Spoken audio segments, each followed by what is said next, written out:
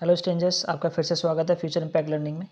मेरा नाम है मनीष ठाकुर और आज हम क्लास 12 की पॉलिटिकल साइंस की सेकंड बुक का फर्स्ट चैप्टर कर रहे हैं, राष्ट्र निर्माण की चुनौतियाँ। और ये इस चैप्टर का सेकंड पार्ट है। हमने पिछले पार्ट में देखा था कि देश के समक्ष प्रमुख 3 चुनौतियाँ कौन सी हैं, द्वीप राष्ट्र सिद्धांत क्या है, खान अब्दुल गफ़ार खान कौन है, ठीक है। और आज हम इस वीडियो में जो टॉपिक डिस्कस करने वाले हैं वो हैं कि देश के विभाजन में क्या समस्याएं आईं और विभाजन के पश्चात क्या परिणाम हुए।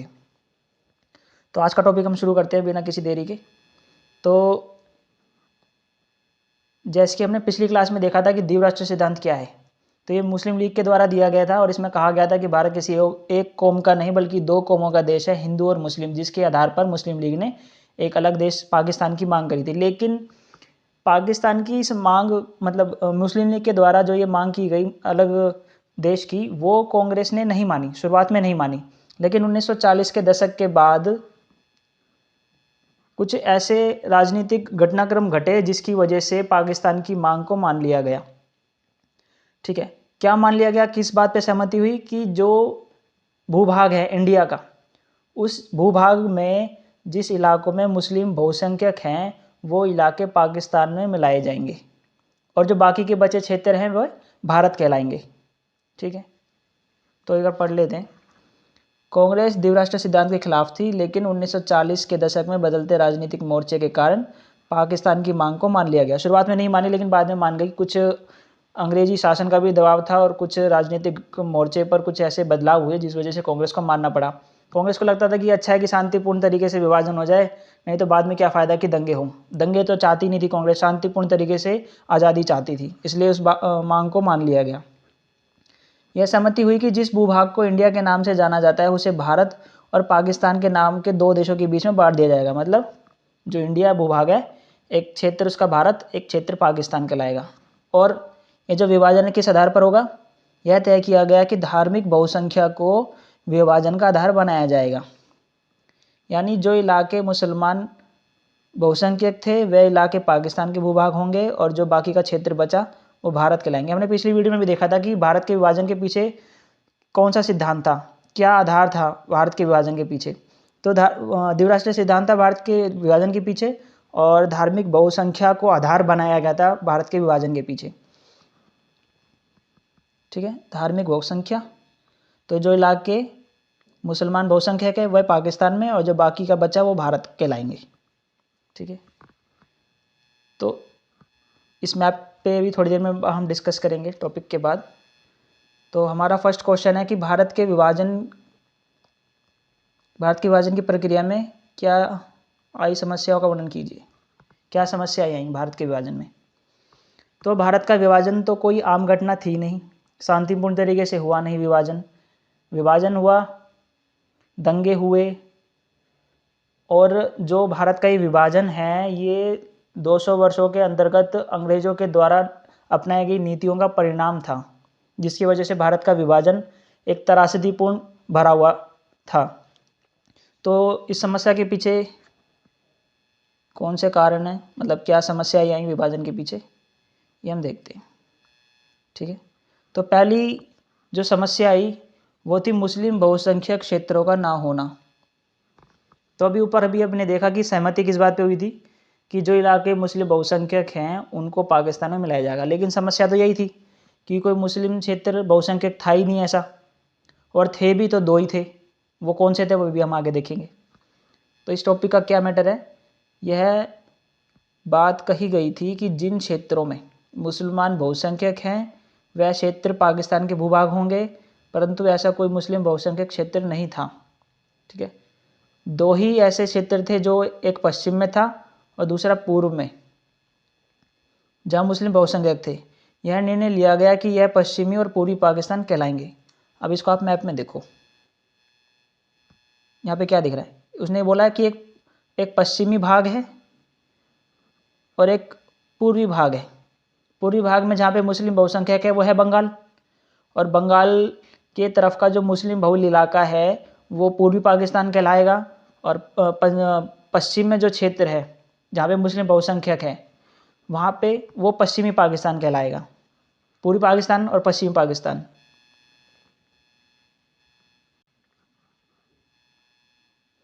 सेकंड पॉइंट है हमारा, कुछ प्रांतों का पाकिस्तान में सम्मिलित ना होने की इच्छा। अब पहली तो समस्या क्या थी कि एक तो मुस्लिम बहुल इलाके नहीं है, और जो हैं भी वो बहुत से एरिया ऐसे हैं जो पाकिस्तान में शामिल होना नहीं चाहते थे, ये भी एक समस्या थी। तो कौन था जो पाकिस्तान में शामिल नहीं होना चाहता था? एग्जाम्पल है कि सभी मुस्लिम बहुसंख्यक क्षेत्र पाकिस्तान में शामिल नहीं होना चाहते थे। उदाहरण, हमारे खान अब्दुल गफ़ार खान जो खुद एक मुस्लिम थे लेकिन पाकिस्तान में जाना नहीं चाहते थे, लेकिन वो मजबूरन उनको वहाँ पे जाना पड़ा। तो ये पश्चिमोत्तर सीमा प्रांत के नेता थे और विभाजन के विरुद्ध थे, मतलब द्विराष्ट्र सिद्धांत के बिल्कुल खिलाफ थे ये, परंतु फिर भी इनको पश्चिमोत्तर सीमा प्रांत को पाकिस्तान में सम्मिलित मान लिया गया। ठीक है। थर्ड जो हमारा पॉइंट है वो है पंजाब और बंगाल का विभाजन। तो पूरे भारत में दो ही इलाके ऐसे थे, दो ही क्षेत्र ऐसे थे जहाँ पे मुस्लिम बहुसंख्यक थे, वो था हमारा पंजाब और एक बंगाल। तो भारत के विभाजन के साथ साथ इन दो राज्यों का भी विभाजन हुआ। ठीक है, भारत में दो ही ऐसे क्षेत्र थे जहाँ मुस्लिम बहुसंख्यक थे, पंजाब और बंगाल। इनका बंटवारा प्रशासनिक हल के आधार पर करने का निर्णय लिया गया था। मतलब ये तय हुआ था कि चलो ये दो इलाके हैं, अब इन दोनों को उठा करके बीच में तो लाया नहीं जा सकता, ये जहाँ पे हैं वहीं रहेंगे, तो क्यों ना उनको जहाँ पर हैं वहीं की वहीं बांट दिया जाए, एक पूर्वी पाकिस्तान एक पश्चिमी पाकिस्तान। और इसका जो बंटवारा होगा वो प्रशासनिक तरीके से होगा, कानूनी तरीके से होगा, शांतिपूर्ण तरीके से होगा। लेकिन जो यह निर्णय है वो 14-15 अगस्त की मध्यरात्रि तक नहीं हो पाया, जिसकी वजह से लोग भ्रम में पड़ गए कि हम देश में हैं कि विदेश में, अपने ही देश में विदेशी हो गए वो लोग, दंगे शुरू हो गए। ठीक है। चौथी हमारी जो समस्या थी वो थी अल्पसंख्यकों की। जिनकी संख्या कम होती है वह लोग अल्पसंख्यक होते हैं। ये पिछड़ी जाति के हो सकते हैं, आदिवासी लोग हो सकते हैं, या जो जैन धर्म है, बौद्ध धर्म, ईसाई, इनकी संख्या कम है, तो ये अल्पसंख्यक लोग हैं हमारे भारत में, निचली जाति के हो सकते हैं। तो ये जो अल्पसंख्यक लोग थे ये सीमाओं के दोनों तरफ थे। ठीक है, सीमा के दोनों ओर अल्पसंख्यक थे जो अपने ही देश में विदेशी बन गए थे। जैसे कि मैंने कहा कि बंटवारा समय पे हो नहीं पाया, प्रशासनिक हल के आधार पर नहीं हो पाया, जिसकी वजह से लोग अपने देश में ही विदेशी बन गए रातों रात। और जब वो भ्रम में पड़ गए कि हम कहाँ हैं, भाई हिंदू में है, पाकिस्तान में क्या है मैटर है, तो हिंदू मुस्लिम के नाम पर दंगे हो गए, जिसका सबसे अधिक बुरा प्रभाव क्या है, अल्पसंख्यकों पर पड़ा। इस परिस्थितियों में इन लोगों को अपने घर संपत्ति आदि को छोड़कर शरणार्थी की तरह शिविरों में रहना पड़ा, शरणार्थी शिविरों में रहना पड़ा। ठीक है, तो ये शिविर कैसे थे ये मैं दिखा देता हूँ।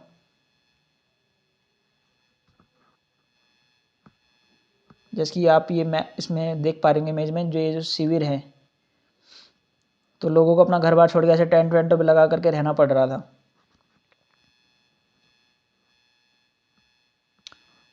ठीक है, पंजाब और बंगाल का विभाजन, इसको मैप में देख लेते हैं। अब इधर ये पूरा पंजाब था, ये एरिया, ये वाला एरिया पंजाब था। ये एक आधा पंजाब हमारी तरफ, आधा पंजाब इनके पास। इंडिया के पास जो पंजाब है उसकी राजधानी क्या है, चंडीगढ़। उनके पास जो पंजाब है उनकी राजधानी है लाहौर। और पंजाब को काट करके पश्चिमी पाकिस्तान बना। इधर बंगाल बहुत बड़ा था, तो बंगाल का जो पूर्वी क्षेत्र काट के बनाया गया वो पूर्वी पाकिस्तान, और हमारे पास क्या बचा, पश्चिम बंगाल। ठीक है, तो भारत के विभाजन के साथ साथ इन दो राज्यों का भी विभाजन हुआ, पंजाब का और बंगाल का।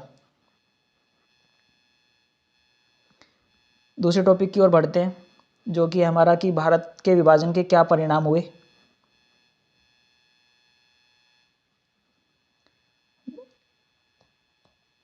भारत के विभाजन के क्या परिणाम हुए, तो परिणाम में सबसे पहला जो पॉइंट है हमारा वह है विशाल जनसंख्या का स्थानांतरण, मतलब स्थान परिवर्तन।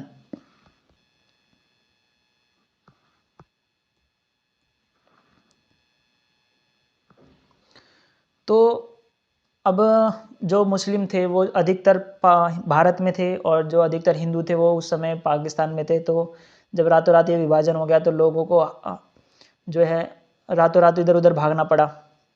ट्रेन खचाखच भरी पड़ी हैं, ठीक है, कोई पैदल ही जा रहा है।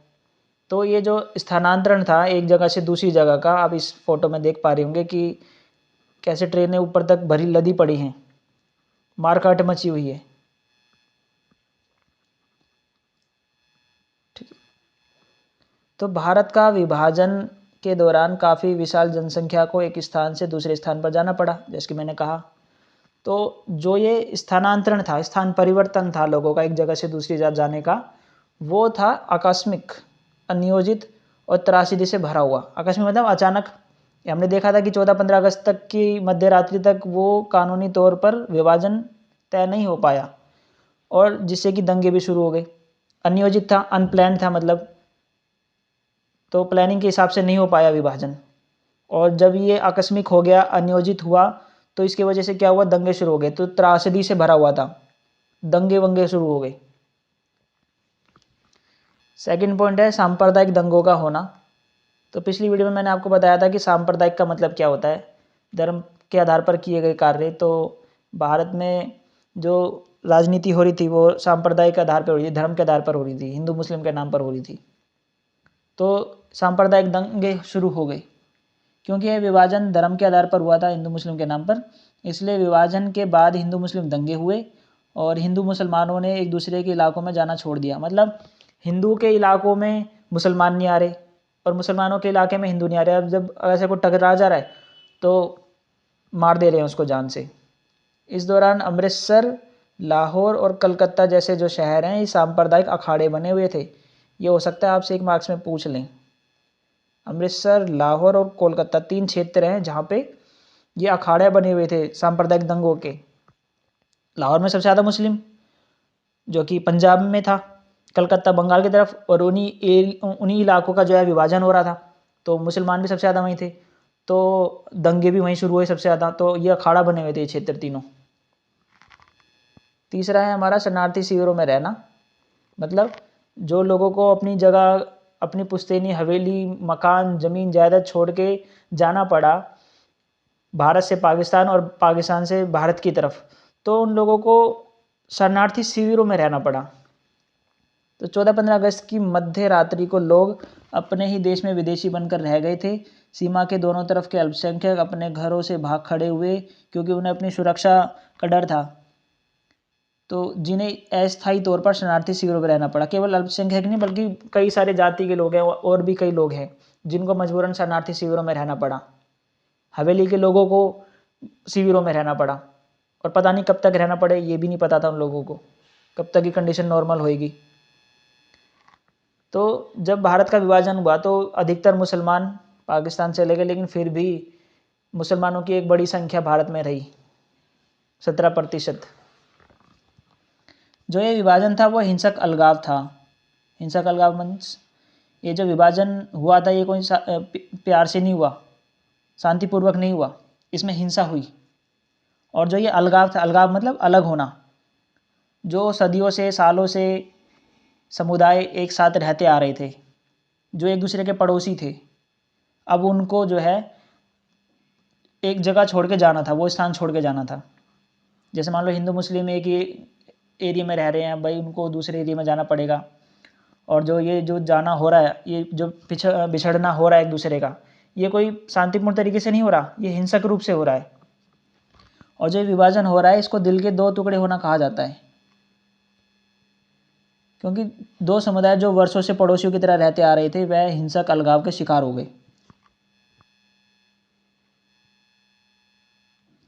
स्त्रियों की स्थिति, सबसे बुरा प्रभाव तो अल्पसंख्यक पे पड़ा ही पड़ा था, लेकिन स्त्रियों की स्थिति भी कुछ ज़्यादा अच्छी नहीं थी। जब विशाल जनसंख्या का एक जगह से दूसरी जगह स्थानांतरण हो रहा था, स्थान परिवर्तन हो रहा था, तो ऐसे में स्त्रियों की स्थिति बहुत बुरी थी। औरतों को है जबरन अगवा कर लिया गया, उनसे ज़बरदस्ती शादी करी गई, उनका धर्म बदला गया। और बहुत से परिवार ऐसे थे जिन्होंने अपनी कुल की इज्जत बचाने के लिए बहन बेटियों को मार दिया भाई, क्योंकि ये तो अपनी संस्कृति के खिलाफ है भाई, अपनी बहन बेटी को हाथ कैसे लगा देगा, तो ख़त्म बंदा। तो सीमा के दोनों तरफ हज़ारों की तादाद में औरतों को अगवा कर लिया गया, जिन्हें जबरन शादी करनी पड़ी और अपना धर्म बदलना पड़ा। कुछ मामलों में अपनी कुल की इज्जत बचाने के लिए लोगों ने अपनी बहू बेटियों को मार डाला। छठा पॉइंट है कि सरकारी संपत्तियों का विभाजन। अब जब बंटवारा हो ही रहा है तो भारत का बंटवारा भूभाग के आधार पर तो हुआ ही, मतलब भूभाग को तो बांटा ही गया, लेकिन जो सरकारी संपत्ति थी उसका भी बंटवारा किया गया। तो विशाल भूभाग के विभाजन के साथ साथ सरकारी संपत्ति का भी विभाजन हुआ। टेबल, कुर्सी, टाइपराइटर, पुलिस के वाद्य यंत्र तक का भी बंटवारा हुआ, मतलब जो उनके वेपन्स वगैरह होते। साथ ही सरकारी और रेल कर्मचारियों का भी बंटवारा हो गया, तो कुछ नहीं छोड़ा, सब कुछ। जैसे एक परिवार के 2 भाई हैं, 50-50 बटेगा, किसी को कम किसी को ज़्यादा नहीं, ऐसा। तो एक विशाल भूखंड तो ले ही लिया, बाकी की संपत्ति भी नहीं छोड़ी। 7वां पॉइंट है हमारा अल्पसंख्यकों की समस्या। तो ये पॉइंट हमने पहले भी देख लिया। तो मुसलमान जो भारत में रह रहे थे और अल्पसंख्यक थे, उनके अधिकारों और सुरक्षा के महत्व प्रश्न था, और इस समस्या का समाधान भारत को धर्मनिरपेक्ष राज्य का दर्जा देकर किया गया।